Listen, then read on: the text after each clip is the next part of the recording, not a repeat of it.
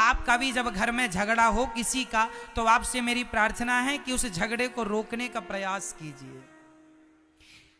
रिश्तों में कैंची चलाने से पहले सुई चलाना चाहिए। कैंची चलती है तो क्या होता है, एक का दो, और सुई चलती है तो दो का। हाँ, रिश्तों में कभी कैंची ना चले, रिश्ते में जब चले सुई बन करके जोड़ने का काम करना है, कैंची बन के तोड़ने का काम। पति पत्नी का झगड़ा है तो माता पिता को, सास ससुर को मिलजुल करके पति पत्नी में सुलह करानी चाहिए। लेकिन आजकल के लोग सुलह कराने की जगह और पति पत्नी को भड़का देते हैं। लड़के का पक्ष लड़के के माता पिता, लड़की की माता पिता, तू यहां आ जा, मैं तेरी तरफ से हूं।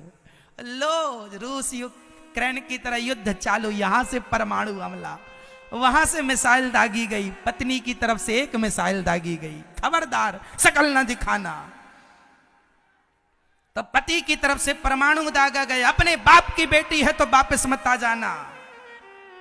लो भैया, महाभारत चालू, जरा से तुम्हारी ना समझी, जरा सी मूर्खता के कारण।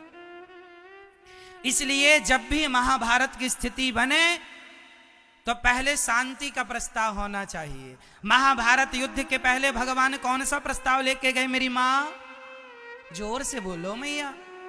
तो आप लोगों में भी जब झगड़ा होगा तो पहले कौन सा प्रस्ताव आप लोग रखते हैं कि नहीं?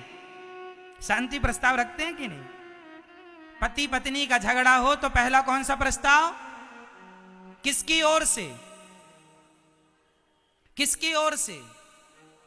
अब मैं बताता हूं किसकी ओर से। यदि पति पत्नी में झगड़ा हो और यदि पति ने पत्नी को सॉरी कह दिया तो मैं मानता हूं कि यह पति बहुत समझदार है।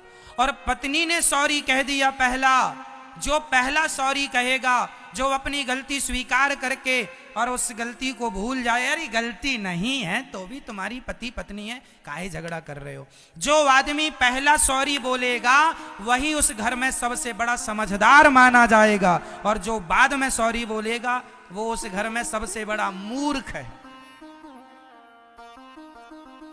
अब बताओ, लड़ना झगड़ना अच्छा है कि शांति के प्रस्ताव से जीवन भर रहना अच्छा है?